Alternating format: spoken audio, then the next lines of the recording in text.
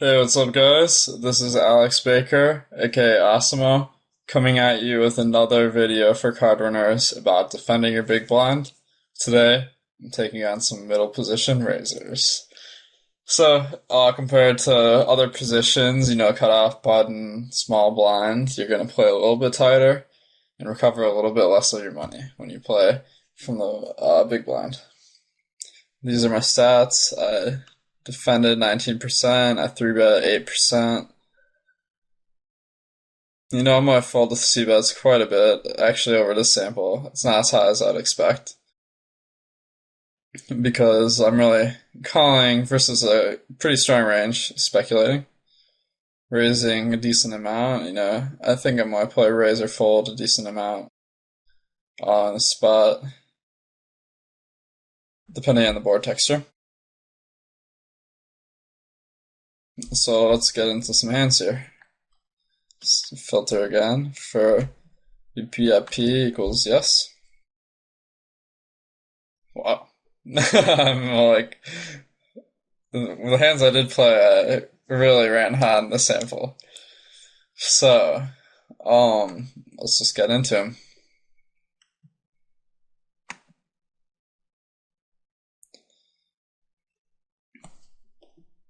So, Jack 10 suited. We got limper, and then ISO raise. I have a stat for that in my HUD, so let's see what his raise is. So 20% for middle position. So Jack 10 suited, I think, is pretty easy to shove here. I would shove that against a normal 20% range, or at least 18%. And since there's even more money dead in the pot, it's even better to shove. The initial limper, he's going to call sometimes, but not enough for it to be like a reasonable deterrent from shoving.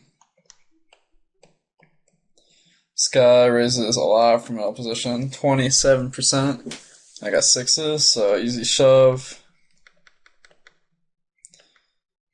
I'm going to defend this because of the same reason, 27% raise from middle position, and check call the flop. Usually. I mean, I think check calling is the better play, but I guess I decided to check raise. So I think that's a little silly. But he folds anyway. 19% raise from middle position. Queen Jack is playable according to my simulations.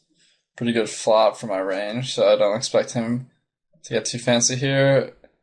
And then, this came out as pretty bad just because he got a free card and it was a bad card for us. So when he checks, I'd expect him to have a lot of aces because it's not a good spot to bluff. So I think our hand isn't all that strong here. I think we can just check fold. Although, I think if you check call here and check call when you have an ace, and potentially check raise when you have a good hand, could be a reasonable strategy. So this guy's a looser recreational player. Since this player type doesn't fold a lot to raises, I would have raised this. But he checks back, so I'm assuming he has something. And I'm not thinking he has anything good, so I'm not betting too big. So EV Ripper is a reg. Raises 22% from middle position, so Jack 9 suited is definitely a call.